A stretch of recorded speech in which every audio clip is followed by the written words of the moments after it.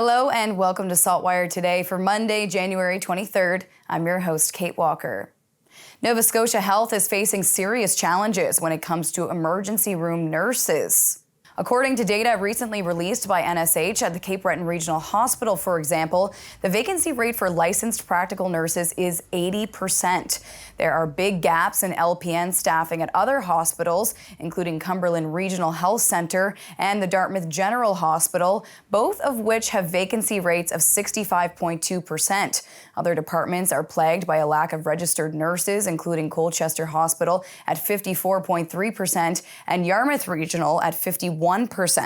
To address these problems, the Health Authority plans to expand and accelerate existing training on the job and peer support programs. NSH offers specialty programs to experienced registered nurses who want to move into emergency medicine and help them with the expense of taking on those courses.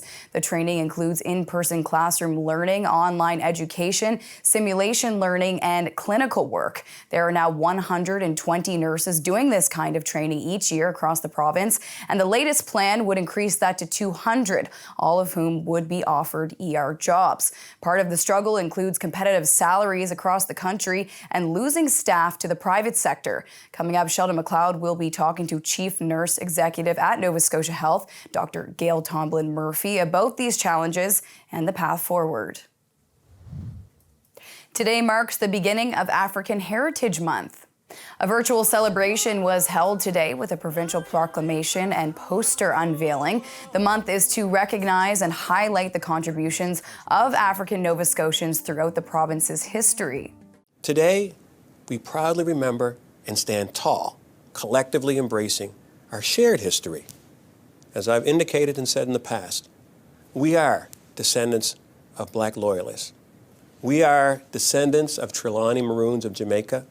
We are descendants of refugees from the War of 1812 in the United States. We are descendants of indentured servants of the New England planters. We are descendants of steel workers and coal miners from the Caribbean. And yes, we are descendants of new Canadians from all over Africa. This year's theme is Seas of Struggle. It represents African peoples from shore to shore and recognizes the resilience, strength, determination, and impact of people of African descent from the shores of Africa to the shores of Nova Scotia, with the Atlantic Ocean being the connection. The theme also recognizes people of African descent as global architects and designers of civilization, advancement, and change. HMCS Fredericton is on its way to take part in Operation Reassurance amid the continuing conflict in Ukraine. On Sunday, friends and families gathered to watch the Canadian Navy ship leave Halifax Harbour for its deployment with their signs held high. The Canadian Forces says the HMCS Fredericton has been deployed to the Mediterranean Sea to work alongside global allies and to strengthen security, stability, and international cooperation throughout the Euro-Atlantic region. In November, 2 Royal Canadian Navy vessels returned home to Halifax after 4 months in the Baltic Sea and Northern Atlantic with Operation Reassurance. One man from Pictou County is trekking across the country on a 3-wheeler, all for a good cause. 37-year-old Matthew Webb of Trenton, Pictou County has crossed the prairies in January on a 1984 Honda Big Red 200 ES. He's raising money for the Nova Scotia chapter of the Bikers Down Society in honor of his friend who died as a result of a motorcycle crash in Porters Lake 2 years ago. He's calling it the Big Red Adventure. As of yesterday, he traveled 2,629 kilometers in a jagged, roughly eastern course along back roads since he left BC on New Year's Day. Beyond the over 6,000 he's raised on GoFundMe and a bit over 1,000 in cash donations, he's also made a lot of new friends and even got assistance from RCMP and a stranger following his TikTok journey along the way when he got a flat tire.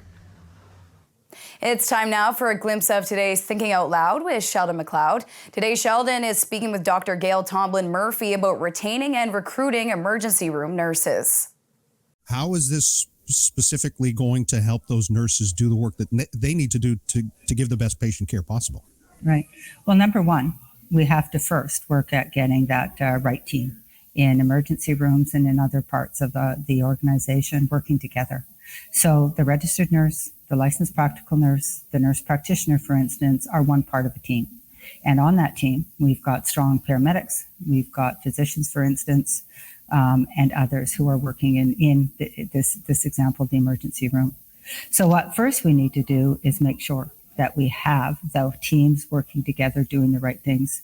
And so if I add to the announcement this week, a patient advocate, so somebody in the waiting rooms helping people to be comfortable, to get them food and that kind of thing, but also having a clinical provider who circulates in that waiting room.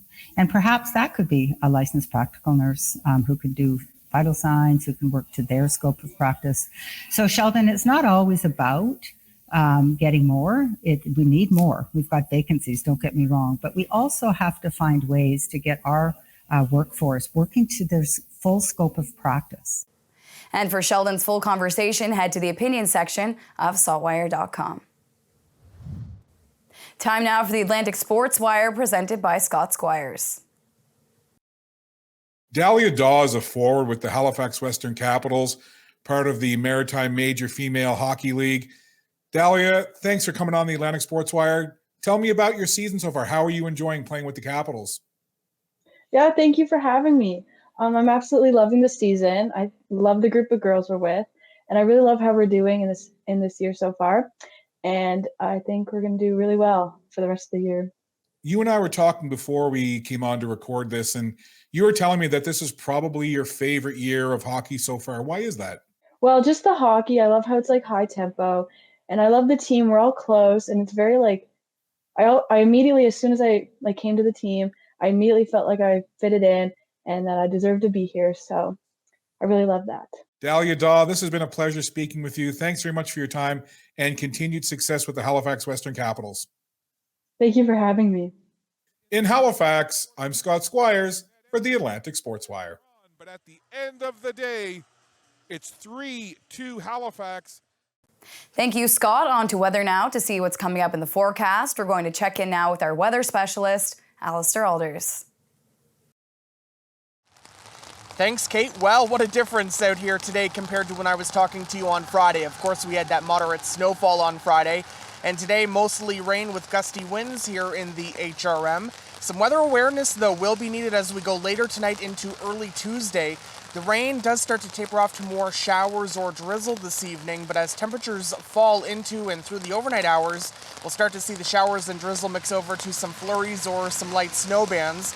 The temperature this evening near 3 degrees inland, but closer to 6 degrees in the city center, but we wake up near -3 on Tuesday morning. Now, in the morning, very early, those flurries, bands of light snow will taper off fairly early, and the clouds will start to clear to sunshine, and a mix of sun and cloud expected on Tuesday afternoon with the temperature heading up to +1. Fair weather is also in store for our Wednesday, and then I'm watching our next system, which will move in on Thursday. Very much like this one, could begin as some snow briefly, but changing to rain. I think the bigger story with our next storm will be the wind. Winds are forecast to gust from the southeast and the south 80 up to 100 plus kilometers per hour here in Halifax. So we will need to keep a very close eye on this Thursday system, especially for the threat of potentially damaging winds. Kate. Thank you, Alistair. That's all for now. For more extended video and full online articles, stay tuned to SaltWire.com. And you can find us on Instagram, Twitter, and YouTube. I'm your host, Kate Walker. Thank you for joining us, and we'll see you back here tomorrow.